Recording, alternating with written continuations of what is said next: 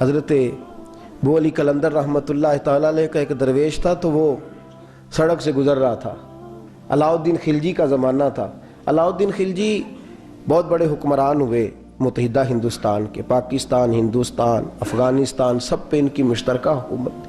تو ان کا ایک گورنر روڈ سے گزرنا تھا، اس نے تو سپاہی جو تھے وہ رستے صاف کرا رہے تھے۔ تو ایک بزرگ تھے، حضرت ابو علی قلندر کے مرید تھے، خلیفہ تھے، تو وہ بھی روڈ پہ گزر رہے، تو تنے تنہا ہاتھ میں چھڑی پکڑی ہے، تنے تنہا گزر رہے ہیں۔ تو وہ کہنے لگے بابا جی سائیڈ پہ ہو جائیں، گورنر صاحب نے گزرنا ہے۔ تو فرمانے لگے اتنی سڑک پڑی ہے، گزر جائے گا کہ مجھے سائیڈ پہ کر کے ہی گزرنا، گزر جائے۔ انہوں نے کہا نہیں آپ کی مہربانی ہٹ جائیں۔ کہا بھائی میں کیوں ہٹوں؟ وجہ اس کی اتنا رستہ ہے، گزر جائے، میں بوڑھا آدمی ہوں، تم مجھے سائیڈ پہ کرو گے، پھر رستہ ڈھونڈتا پھروں گا۔ کہا بابا تیری مہربانی ہٹ جا، نگاہ فقر میں شان سکندری کیا ہے، اور خراج کی جو گدا ہو وہ کیسری کیا ہے۔ اس نے کہا میں اس کو کیا سمجھتا ہوں، بادشاہ ہوگا تو گھر ہوگا، میں اسے کیا سمجھتا ہوں۔ اور میں ناراض نہ ہوئیے گا، امیروں کو خراب غریبوں نے کیا ہے، بڑوں کو خراب چھوٹوں نے کیا ہے۔ اگر ہم گاڑیوں کے آگے پیچھے بھاگنا چھوڑ دیں تو لیڈر سیانے ہو جائیں۔ یہ ہمارے نعرے تباہی کرتے ہیں، ہم نہیں سمجھتے کہ ہم کتنا نقصان کرتے ہیں۔ نگاہ فقر میں شان سکندری کیا ہے، خراج کی جو گدا ہو وہ کیسری۔ اقبال کہتے ہیں کہ وہ تو بڑے فقیر ہیں جن کو تم بادشاہ سمجھتے ہو، تمہارا ٹیکس نہ ملے تو ان کی حکومت نہیں چلتی، تو خراج کی جو گدا ہو وہ کیسری کیا۔ خیر حضرت ابو علی قلندر رحمۃ اللہ علیہ کے وہ درویش جو تھے نا، وہ روڈ پہ کہا بابا جی ہٹ جائیں۔ کہنے لگے نہیں ہٹتا۔ انہوں نے بازو پکڑ کے نا بابا جی کو ذرا زور لگانا چاہا تو بابا جی نا آلتی پالتی مار کے، چوکڑی مار کے تو زمین پہ بیٹھ گئے۔ کہنے لگے جو اٹھایا جاتا ہوں تو اٹھا لو۔ اب تو درویش کبھی ضد کرتے نہیں، اور اگر کریں تو مسلم شریف میں میرے نبی پاک نے فرمایا رب اشغاز اکبر لو اقسم علی اللہ لابرہ، فرمایا رب کریم کا بندہ تو اللہ کو قسم دے دے تو اللہ اس کی قسم کو پورا فرما دیتا ہے، اللہ اس کی قسم کو پورا فرماتا ہے۔ تو فرمایا جاؤ اٹھتا ہوں تو اٹھا لو۔ بحث ہونے لگی، لوگ کٹھے ہو گئے، رش ہو گیا، تو اتنی دیر میں گورنر صاحب کی سواری بھی پہنچ گئی۔ تو گورنر صاحب کہنے لگے بابا اٹھتا کیوں نہیں؟ فرمانے لگے کیوں اٹھوں، اتنا رستہ ہے گزر جا۔ میں بابا اٹھ کیوں شور ڈالا ہوا ہے؟ کہنے لگے تو میرے نوکر کا نوکر ہو کے مجھے اٹھنے کا کہتا ہے، میرے نوکر کا۔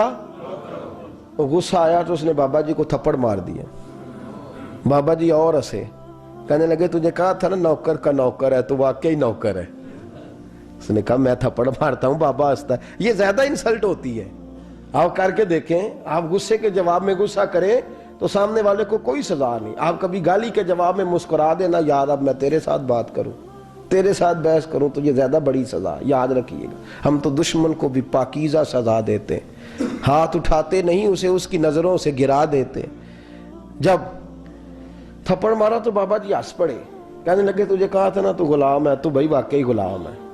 اب جب ہنسے تو اب اس کو ڈھارس ہوئی، توجہ ہوئی، کہنے لگا بابا ماجرا کیا ہے، میں کیسے غلام کا غلام ہوں؟ تو بابا کہنے لگا دیکھنا، تجھے مسجد آنے کا کہے تو تیرے لیے مصیبت ہے، اتنے لوگوں کو تو ٹائم دے لیتا ہے لیکن اللہ کو تو نہیں دے پاتا، تو نفس کا غلام ہے اور نفس میرا غلام ہے، لہذا تو میرے غلام کا غلام ہے، تو میرے نوکر کا۔ کہنے لگے یہ ساری نفس پرستی ہے، یہ جو تو نے دنیا داری اکٹھی کی ہوئی ہے نا، یہ جو تیرے نعرے لگ رہے ہیں اور تو سمجھتا ہے کہ یہ میرے، تو تنخواہ دیتا ہے، تیرے نعرے لگاتے ہیں، ذرا تنخواہ چھوڑ کے بات کر، پھر دیکھ تیرے کتنے نعرے لگتے ہیں۔ تو یہ ڈرتے ہیں تجھ سے لوگ، تیرے آگے پیچھے بھاگتے ہیں، ذرا اقتدار سے سائیڈ ہو تو یہ پتہ لگے تیری قیمت کیا ہے۔ تو سمجھتا ہے کہ میری جیب میں پیسے ہیں، لوگ مجھے سلوٹ کرتے ہیں، تو میاں تجھے سلام کوئی بھی نہیں کر رہا، تیری جیب کو سلام ہو رہا ہے، تیرے عہدے اقتدار کو اور تیری وحشت اور دہشت کو سلام ہے۔ اس نے کہا حضرت جی مجھے سلام کب ہوگا؟ تو فرمانے لگے جب تو بادشاہی میں فقیری کرے گا، جب تو بادشاہی میں بھی فقیری ہوتی ہے میرے عزیزوں، بادشاہی میں بھی فقیری ہوتی ہے۔ آپ کے اس ہندوستان کا ایک بادشاہ کا نام اورنگزیب عالمگیر بھی ہے۔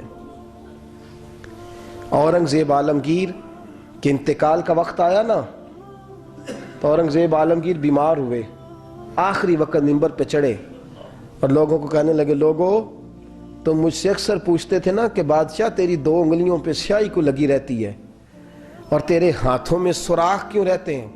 اورنگزیب عالمگیر، یہ میں آپ کو فرشتوں کی کہانی نہیں سنا رہا، اس دنیا میں، اس دور میں، اس دھرتی پر بسنے والے لوگوں کی کل کی بات سنا رہا ہوں۔ اس ہندوستان میں ہندوؤں کے ملک پر حکومت کرنے والے ایک مسلمان دیانتدار بادشاہ کی بات سنو۔ کہتے ہیں ہاتھوں میں سوراخ کا پوچھتے تھے نا تم لوگ، اور تم مجھے پوچھا کرتے تھے تیرے ہاتھوں پہ سیاہی کیوں لگی ہوئی ہے؟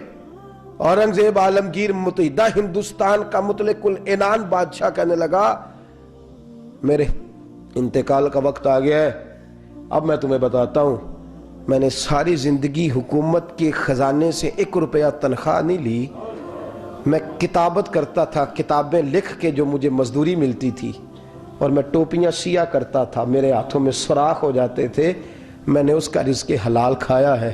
اور فرمایا 50 روپے فلاں جگہ میں نے رکھ دیے ہیں، میں مر جاؤں تو اس کا مجھے کفن دے دینا، اور لوگوں کو بتانا کہ وہ ہندوؤں، میرے رسول پاک صلی اللہ علیہ وسلم نے جس طرح مجھے کہا تھا میں نے اس طرح حکومت کی۔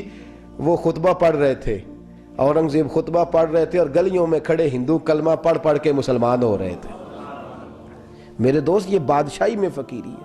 ہمارے پاس تو پیسے آتے ہیں تو ڈرائیور کی ذمہ داری ہے، یہ بھی پروٹوکول ہے، ڈرائیور نے گاڑی بھی چلانی ہے اور صاحب کا دروازہ بھی کھولنا ہے، اس نے اندر بیٹھیں گے تو دروازہ بھی ڈرائیور صاحب نے۔ نفس پرستی ہے، جتنا مرضی آگے لے جاؤ، جتنا مرضی، یہ کوئی بادشاہی، یہ کوئی آپ کا بڑا پن نہیں ہے۔ وہ تنخواہ لیتا ہے، مجبور ہے، کیا کرے؟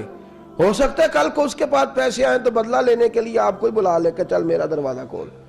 وہ محبت کے ساتھ، عقیدت کے ساتھ تھوڑی ایسے کر رہا ہے۔ ہم ذرا مال آتا ہے تو ہم بڑے بن جاتے ہیں، جو